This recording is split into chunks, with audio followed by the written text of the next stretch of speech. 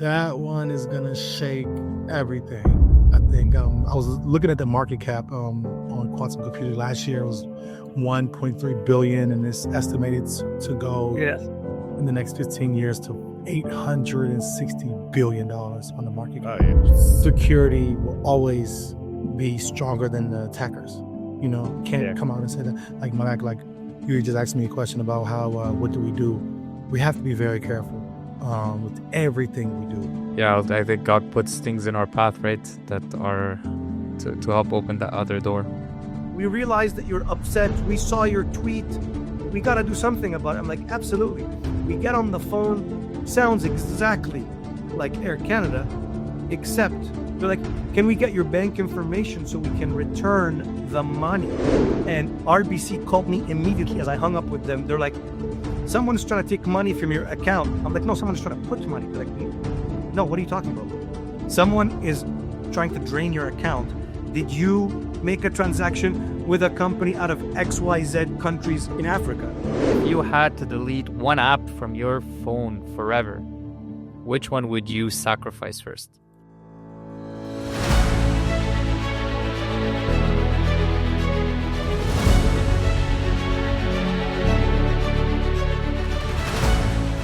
Hello, everyone, and welcome back with us to Stars in Our Sky podcast. Like usual, we try to bring you stars in the business world, stars in our world that we like to showcase to you. Last week, we debated it on this call on our podcast, AI. We spoke cybersecurity. We spoke about the AI bubble.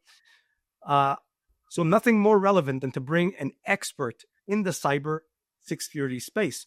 So without any further ado, Chuck Womemka Nawapura. Hopefully I didn't destroy your name really bad, but we'll have you say it the right way. This podcast is sponsored by eSky, a revolutionary AI-powered state-of-the-art learning management system for small to mid-size enterprises. Let me give you guys a quick introduction about Chuck. Chuck Womemka Nawapura is a cybersecurity engineer, a business strategist, the founder of Majestic Cyber Enterprises. I met Chuck in Dubai when he was giving a big talk. We'll talk about that in a few minutes, about cybersecurity, the threats that are coming our way, and how to protect our businesses and our data. Data became currency. With more than 10 years of experience, he's adept at implementing the NIST risk management framework, the RMF, across governments. He works for the US government, healthcare, corporate environment, marrying technical depth with strategic insight. His engineering background, coupled with the MBA and CSIM certification, enables him to bridge the gap between frontline technical teams and executive leadership, ensuring the cybersecurity initiatives drive business outcomes rather than just check compliance boxes. As a trusted advisor and an educator, Chuck makes the cybersecurity accessible for organizations that may not have deep internal expertise. So a lot of us startups, mid-sized companies, and even big companies who run businesses are not usually expert in cybersecurity and need an intelligent person who understands the business landscape and the cybersecurity landscape. Chuck would be your guy. At the Majestic Cyber Enterprises, he leads consulting engagement that focus on risk assessment, cyber maturity development, operational resilience, and change leadership. His work involves translating complex frameworks into practical roadmaps, mapping threats to business processes, training teams on cyber-aware behavior, embedding sustainable practices into corporate culture, particularly in production, manufacturing, and critical infrastructure setting. Chuck is also a recognized speaker and a thought leader, featured by events like the one I was at in Dubai, the Tech Next Con, where he shares insight on cyber risk, digital transformation, and leadership. He emphasizes the importance of aligning security strategy with organizational change, especially in environments undergoing major transformation. In today's landscape, where supply chain vulnerability, hybrid workforce concerns, and operational technology, OT threats are rising. Chuck's ability to convey the cyber strategy into business language makes him an ideal guest for you today to be a star in our sky. Without any further ado, Chuck, welcome with us. Welcome, to Chuck. Cyber. We're happy to have you, sir. Thank you, man, for the beautiful presentation. Thank you. What an introduction, Chuck. No. I mean, I was very happy to see you on stage. You definitely have stage presence. You stood out from all the speakers. So I was happy to have a conversation with you. We learned about good AI, bad AI, how AI is going to attack us. I felt like I was watching a movie. But before we tackle that stuff, how are you feeling today? I'm amazing. Amazing. I'm blessed. I'm happy to be on this call with you guys, from all over the world, and well-traveled people, different cultures, from different places. And I'm happy and blessed to be here. Awesome. Happy Thanksgiving, too. Happy Thanksgiving, man. Thank you. Yeah. So why don't you walk us through the Chuck journey? How did you become a world-renowned cybersecurity engineer, strategist, and a thought leader in the space? Sure. So it all started with college. I went to Morgan State University, and I studied electrical engineering. And I had some brilliant professors that was very educated in electrical engineering. So after my journey there, I've realized that this is not something I would want to do. We spoke earlier about my first internship. I had an internship with SEPTA in Philadelphia, and I worked there as an intern, an electrical engineering intern. And I didn't like the position. The CEO of the company pulled me into his office, and he asked me like, "Hey, what is your goals?" And at the time, I'm 23, 22. I didn't really have any goals. I didn't know anything. I was like, I'm just, here. I'm doing what I see my father do. Just go to college and go to work and come home. The cycle. It's amazing how little we know, but how much we think we know at that age. Yeah. Yes. So I'm thinking that, okay, I graduate, I have a degree. Now it's time to make money. And I didn't even know what to do next. So he pulls me to the office and he shows me this magazine about, it was a transportation magazine, transportation engineering magazine. He said, "This is my grandfather. We have been doing this for generations." And he asked me, what is your goal here? And I didn't have any goal. I told him I didn't, I'm just here because to work. I have my degree. I'm here to work. So Just want to grind. Yeah. I was just here to grind, use my degree, leverage my degree. He said, next Friday is your last day.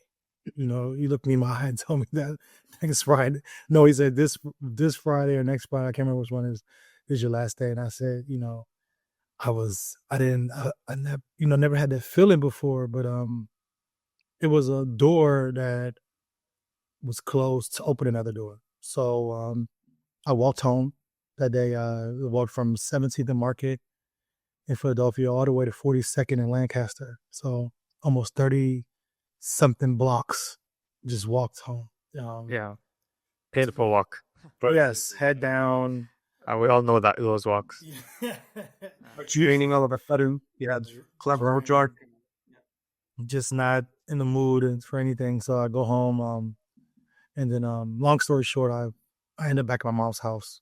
I left Philly, came back to my mom's house, sitting on the couch, applying for almost 100 jobs a day at the time, with no serious experience because then I get two friends. One my cousin tells me, like, why don't you do cybersecurity? And I said, I'm not really fond of that. And then I had two friends send me this free Obama-funded program. Is walking distance from my house at community college, Prince George's Community College at the time. Is like 1 mile from my house. So long story short, I signed up for the course. I took the course. It was a 6 certification course. I ended up getting 3 out of the 6 certifications. There was some Security Plus, Network Plus, and Security Plus, and then the last it was 3 Microsoft certifications. I ended up getting the first 3, and then I have a good friend that helped me get a position on Warner Robins Air Force Base right after I finished the program. So my first position was working with the RMF, NIST Risk Management Framework, doing compliance, cybersecurity with the United States Army. That was my first position, and it was a blessing, and huge blessing. So Nice. That's great. Yeah. I think God puts things in our path, right, that are to help open that other door. I'm telling you, man, it was. Sometimes we have to thank God for our closed doors too. A lot of times. Definitely, yeah. Without them, there's no, you're just going to stand there and wait to, and just spend time there instead of moving forward, yeah? Yeah, sometimes someone has to tell you that. Sometimes someone has to tell you that you don't like this thing. Yes. Because you're someone has to say it for you, because you don't want to hurt anybody's feelings. You don't want to you don't know what's next. So someone sometimes has to push you to go out from your comfort zone to an uncomfortable area, which is. What were you gonna say, Malik? I was going to say, I was just listening to a sermon yesterday about why we should thank God for pain. And I thought that was eye-opening. And he was like, the priest that was talking about that was saying, when you study leprosy, what leprosy does is, I don't mean to make this morbid, but you don't feel pain anymore. And that's why parts fall off, because you get injured, you don't feel it. And he's like, and it's only when you work with people that have that disease that you start thanking God for pain, because pain saves you. Cancel.org, redefining global consulting, delivering world-class solutions through proven methodology, measurable and sustainable results. Right. And your story reminds me of the one and only time I ever got fired. It was like a Coca-Cola bottling company, and I had to work on the things with my hand, and I made a whole tower of Coke bottles. It was like a 12-story Coke bottles fall down, and the supervisor called me and he goes, "Hey buddy, are you in school?" I'm like, "Yeah, it's supposed to be like a summer job." He goes, "Stay in school, buddy. You're not made to it with your hands. Get out of here. Go get yourself another job." Cool your mind and go home. And you get that same walk of shame. That's why Gabby says, "Hey, we're all familiar with." You walk outside, you're like, "Oh my God, I never got fired in my life. This is, But thank God, to someone like him, it opens doors. So I'm glad that person was ultra honest with you. These are the guys we thank later in life. Mm-hmm. And here you are. You were definitely were a bright star on that stage in Dubai when you were speaking. And you were talking about some threats that you think companies should be aware of. And others where we should just constantly be getting ready. Do you feel comfortable to discuss some of those with us on the call today? Of course. And go. Okay, go for the current threats. Okay, this is a big one that happened. I am quite interested in finding out what it is that you're working on at the moment for the last few months. And so what are you working on at the moment? So I've been booked for different conferences. I'm speaking at the next one is Thanksgiving in Washington, D.C. I'll be speaking there in 2 weeks about the same thing. About this one is more centered around job placement and cybersecurity, but also I'm going to let them know about the threats, upcoming threats and vulnerabilities, and how to countermeasures. How to secure them. And but I've been focusing a lot on. I know me and Malik went to the conference, and Mr. Campbell gave a speech on quantum computing, and yes. That one, I think since I've heard that day, I don't think I was able to sleep. Because it's scary stuff. That one is gonna shake everything. I think I was looking at the market cap on quantum computing last year. It was 1.3 billion, and it's estimated to go in the next 15 years to $860 billion on the market. Oh, yeah. And there's an invitation to Mr. Campbell. I'd like to have you on our podcast because all three of us are interested in quantum computing. I know big players like Google, like Elon is talking about it. Microsoft is working on quantum computing.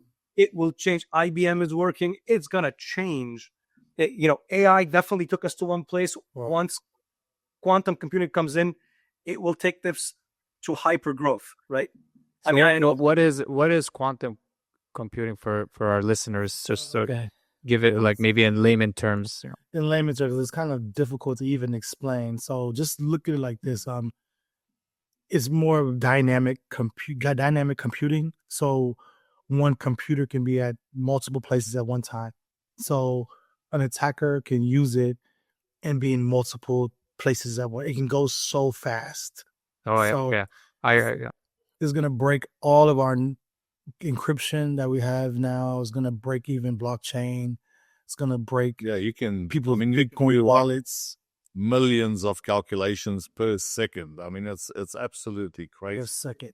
So when you think of the current way computers work, it's based on an electron being on top or at the bottom, so a 0 or a 1, right? And we have a series of zeros and ones that go next to each other. That's, to simplify the whole matter.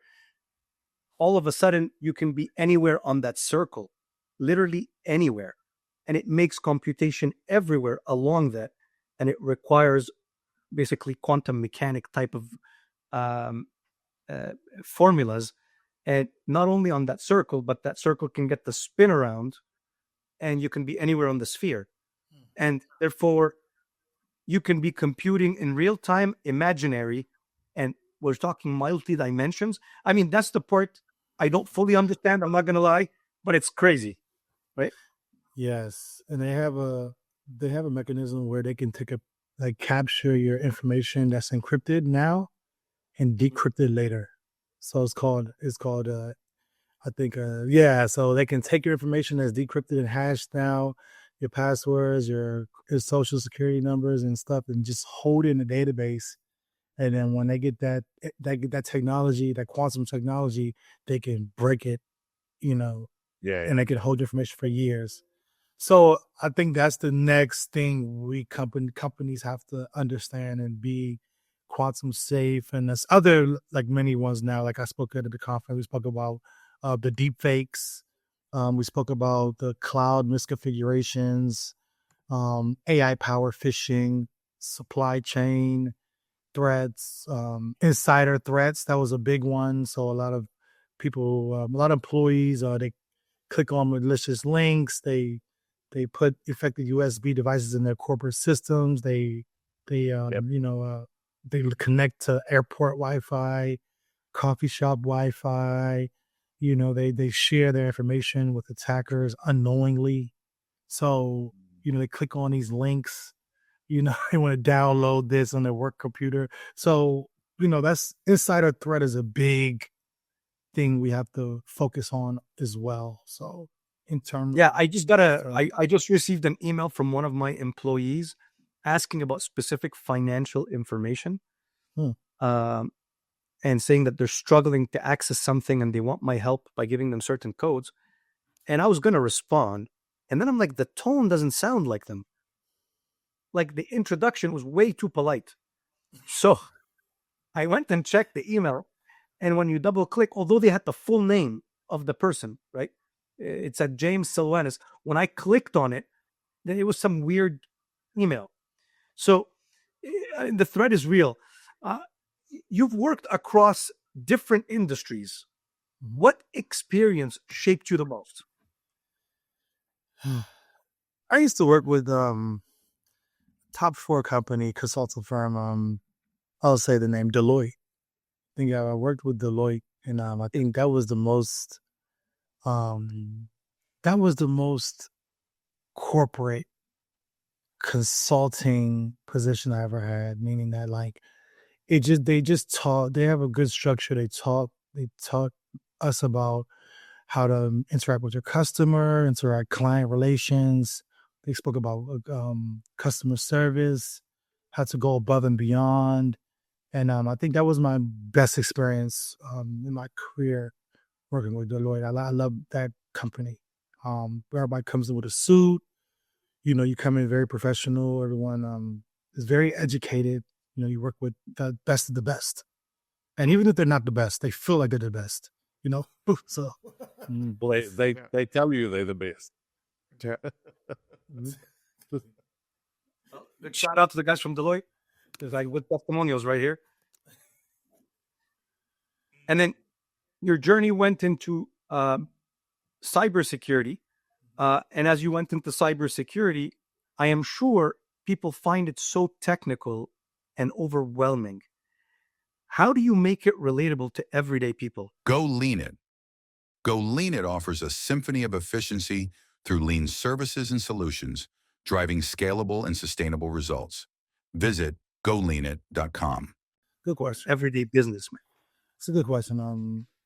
Everyone is using cybersecurity, right? Everyone has passwords. Everyone has an ATM pin. Everyone has a cell phone pin. Everyone has a fingerprint, biometrics. People that are going through the airports now, they're scanning your face. You have Clear, they're scanning your eyes and your fingers. So all of this is cybersecurity. Yeah, everything. So I try to break it down on that level. Like, what do people use day to day? They use their phones, their laptops. Simple username and password. That's access and identity. So I try to break it down for people on their level. What do you use every day? Like, all right, my daughter has an iPad. She uses it all the time. To get into the iPad, she needs to log in, So it's all about everything that we use and touch is affected by cybersecurity is implemented within. We just don't know. So I just got duped. Maybe you can help me. I just got duped.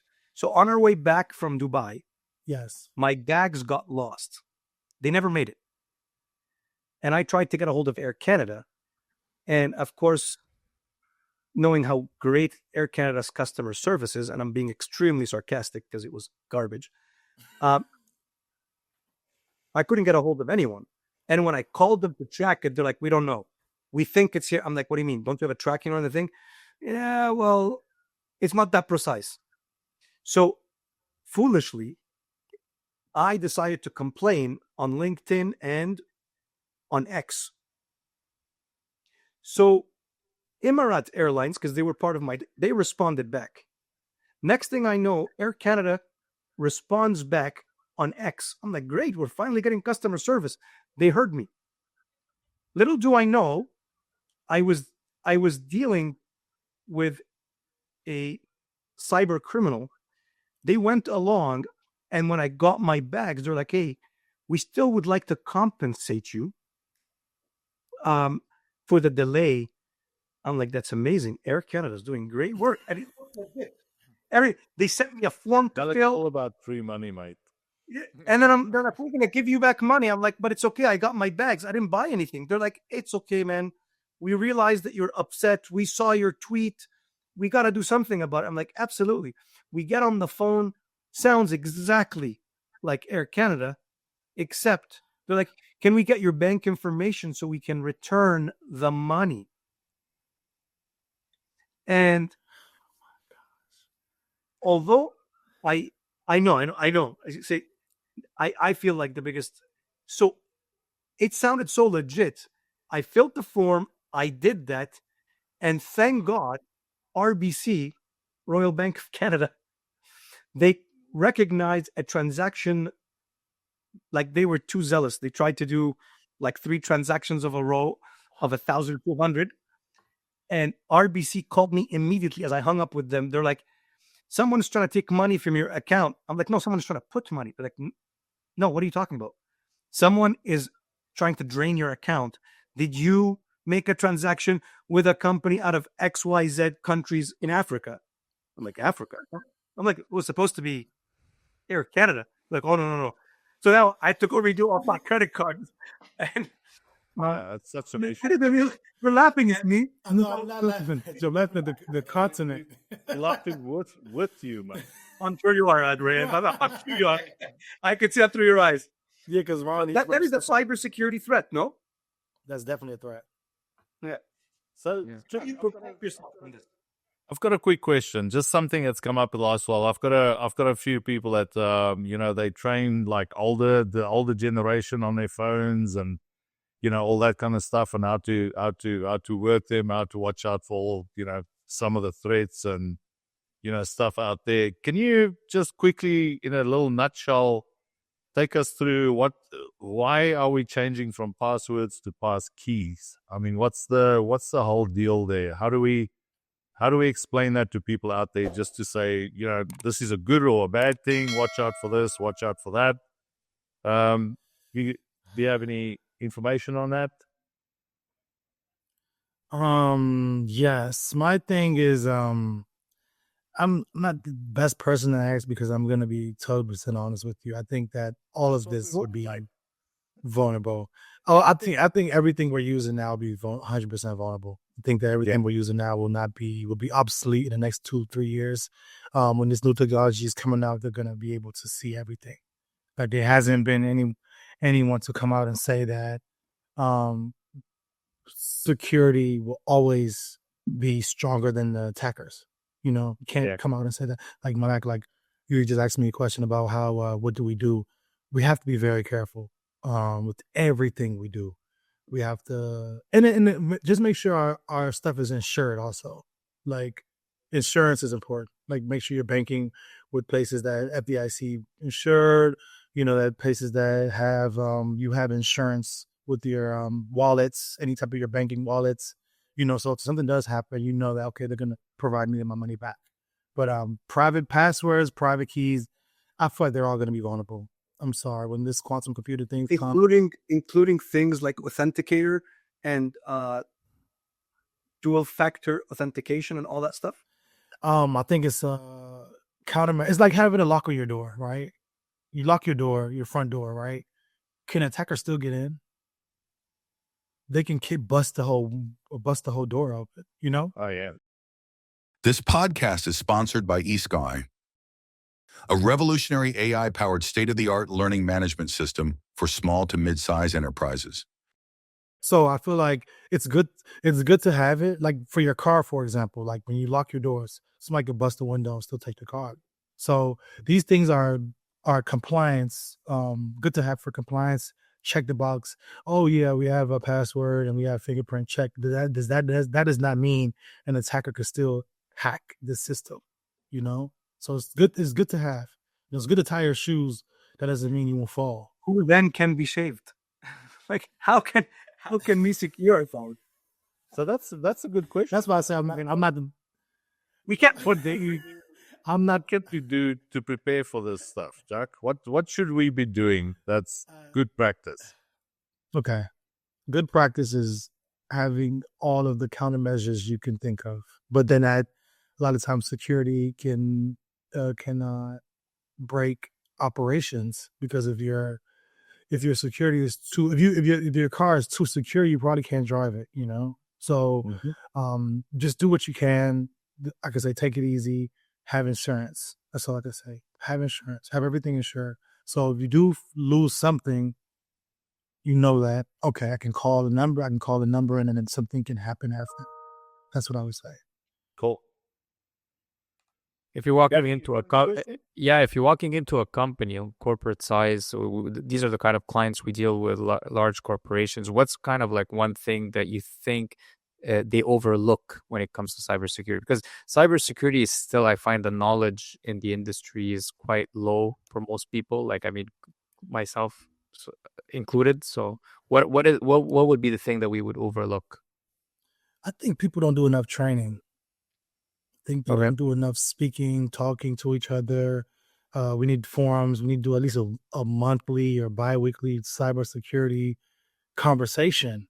Like these emails, people are getting a lot of emails. They're getting phishing attacks. They're getting laptop missing. They're losing their their cars, their identification cards. Like the people are very they're not really educated on what their day to day, how they can leave their company very vulnerable. So I think Does your company do training? Does your company go into yes. companies?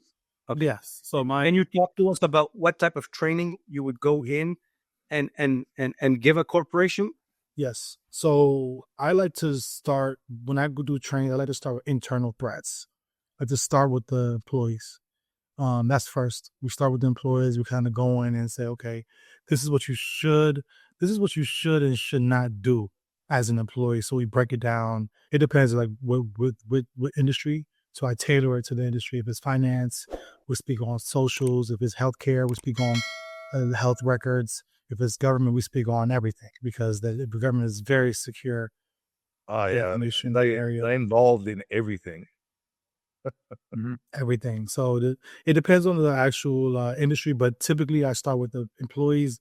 Then we go into the policies and procedures, making sure that there's policies in place and procedures. And then of course, I would advise auditing, third party auditing.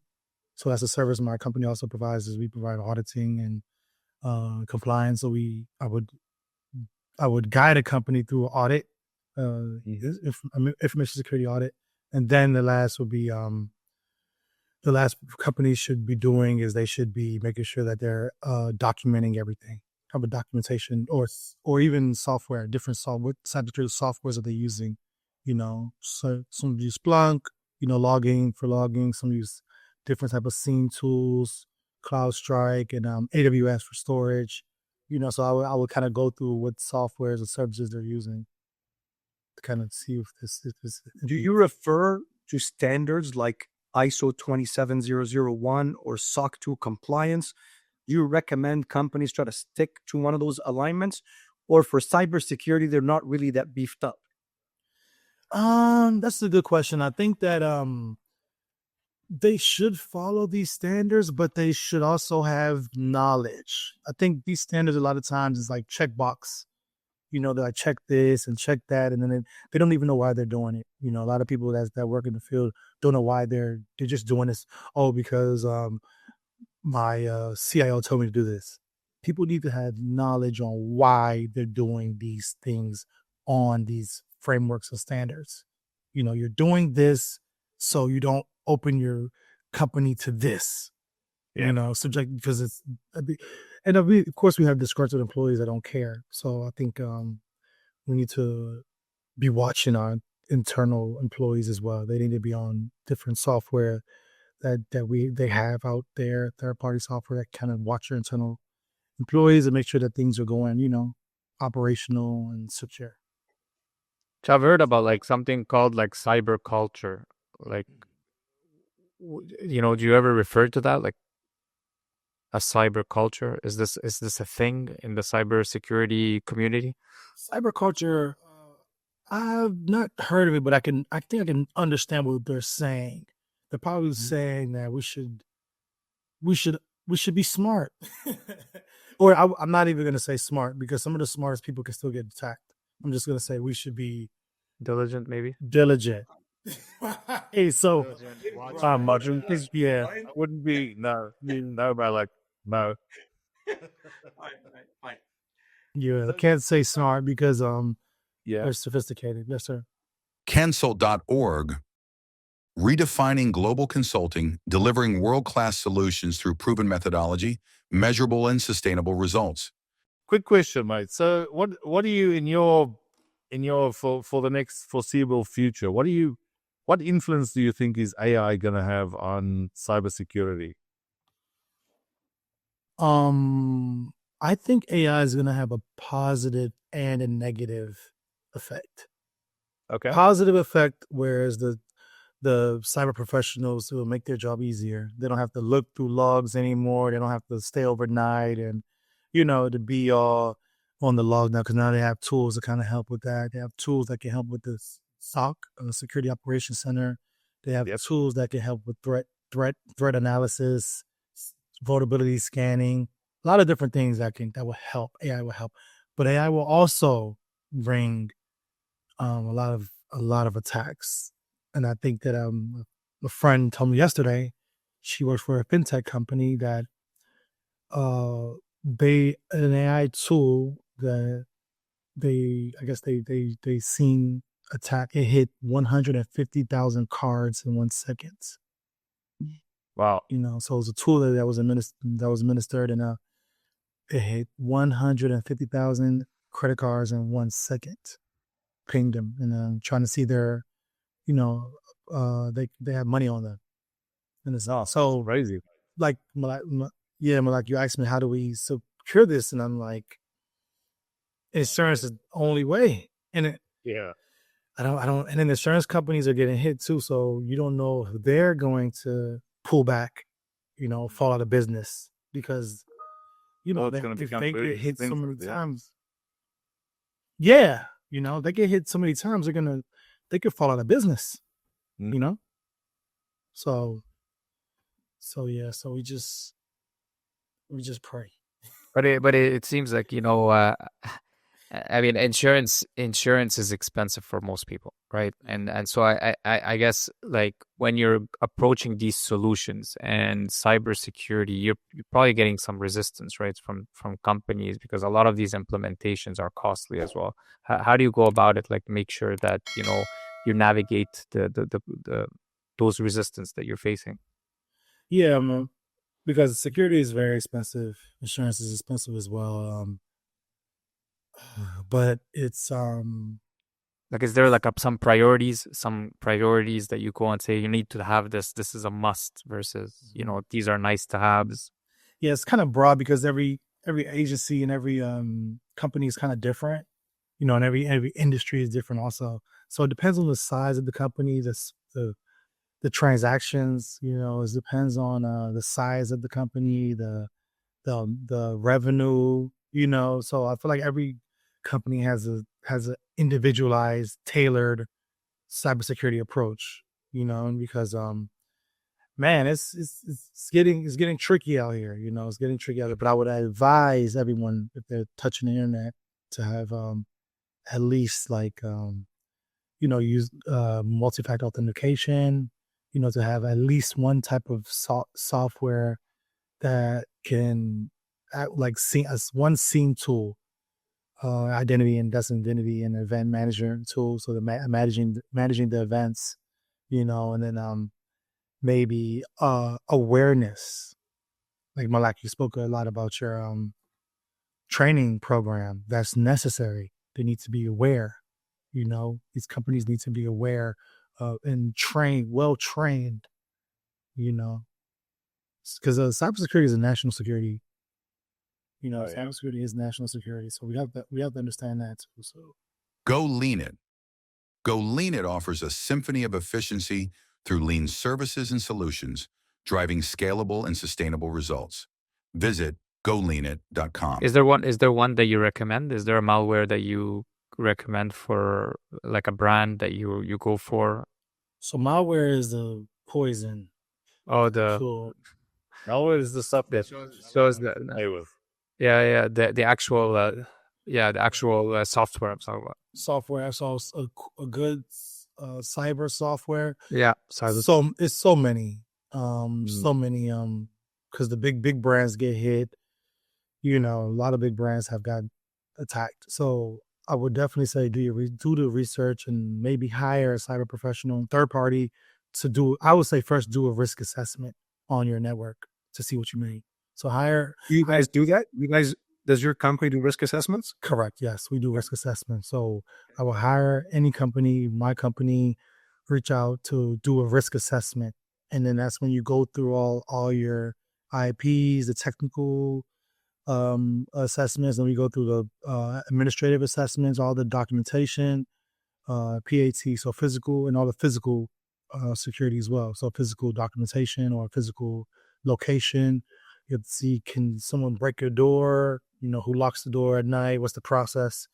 So it's a lot. So physical. Yeah, it's the fact that you don't want to say brands, not to advertise for anyone. I got that. But you work for the U.S. government without breaking any rules. Okay, there is real threats that are out there, And I'm sure the U.S. government, Gabby asked a question last podcast, and he said, do you think the next pandemic is going to be a cybersecurity virus or a cybersecurity attack that can jeopardize a government? Or should we feel comfortable that the USA is in good hands?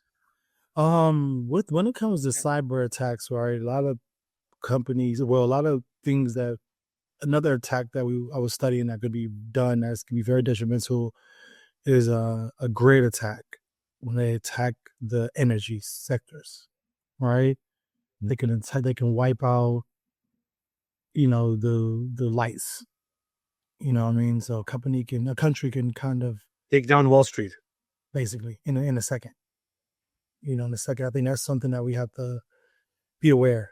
So that's one attack. I think that's probably the worst attack that can happen when a country or adversary can knock out an energy grid and stop a country from functioning. That is. We should have not sponsored by like an antidepressant. Man, you feel bad. Take Prozac. Yeah, that's why I like to be. That's why it's very. I know. I know. That's why I'm the wrong person to ask, because I've been studying this for almost 15 years. I've been studying all of this stuff before AI came and before using the cloud. I've been studying it, so I just kind of see what's going on. But yeah, you're right. It can get that very depressing. So I try to pull back time to time. If people want to reach out to your company, can you tell everyone, and we're going to put it in the thing, but can you tell everyone what's your website? Majestic Cyber Enterprises. We don't do a lot of advertising on our website, but we do have a box at the bottom where you can just email what you need. We do a lot of coaching. We do trainings. We do assessments, auditing. We help different sectors, small, medium, and large companies with their cyber training, cyber awareness training. We do auditing, anything cybersecurity related, we do. So in wrapping up, because coming near to a closing, you want to do a little quick rapid fire questions, getting you a bit on your toes. Sir. All right. Malik, what do you want to start it? Yeah, sure. What's one everyday tech habit you wish people would stop doing immediately? A tech habit what people should stop doing? I can't say, I don't know about stop doing, but I can say what they can start doing. Sure, go for it. Yeah. I think people should start reading more. I think that we don't read enough. And I think that a lot of knowledge is in books. I think we should start reading more, start understanding the future. Look 10 years in advance and understand that platform and what do you think is going to happen, and then try to mitigate those, threats. Wise words. Yeah. Awesome. Yeah. Second question. If you had to delete one app from your phone forever, which one would you sacrifice first? Instagram. There you go. Yeah. I do a lot of doom scrolling. It was About 3 years ago. David. Really? I do. I've never been a part of it, so I don't know how it feels. But I do a lot of doom. It takes up a lot of time. Yeah. So, Chuck, last question. What future technology are you most excited about that doesn't exist yet, that we don't know about? I think if we get a handle of this quantum computing, if we can secure this quantum computing incident that can happen, I think we will be okay. Cool. So we can get a hold of this quantum computing and then get a hold of AI, understand the security from a robust angle, and to get a type of software that can kind of, help us. And I don't think is one yet, because we are very reactive. We don't implement, things until they come. So if we can find a very defensive technology that can kind of help us, I think we should be fine. Hey, I've got one last one just came up with as Rian was asking. What advice do you have for that mother in a minivan who's dropping off her kids at soccer, hockey, and the ballet practice, and is using the exact same password for the bank, for the Visa, for her company, for her Gmail, for her Facebook, for her Hotmail. What would you say and why? I would say it's common. It's very common. I would say that very, very it is more common than we think. I also would say just use as many special characters in your passwords than you can imagine. Use the special characters. Those are the most hardest ones to tag. The more letters, because there's a lot of hackers can use a lot of different tools that can kind of guess passwords. So use as many special characters and numbers as you can. Less letters, more special characters. That's great advice, mate. I like that. Yeah, thank you. Okay. Well, I think we've reached the end of our session. Malik, you want to close us out? Absolutely. It's been a great pleasure to have you with us here. Thank you. Thank you, gentlemen. Rian, Gabby, Chuck, definitely enjoyed this. Might have you as a return guest one day. Love all the advice for companies who would like to reach out to Chuck and his company to get advice, to get auditing, to get training. Cyber threats are real. There is a cyber war going on. We talked about this last week. With AI, it got accelerated, and with quantum that's coming, it's even going to get more. So get ready, get the right consulting. We're going to put in the description the links to how to get a hold of Chuck. Chuck, thank you very much. Thank you, Oscar. Appreciate it. Good day, guys. Thank you. We're going to be. Thank you, Malak, so much. Mate. Hopefully. Thank you, Rian. Thank you, Gaggy. Thank you, guys. Malik, thank you.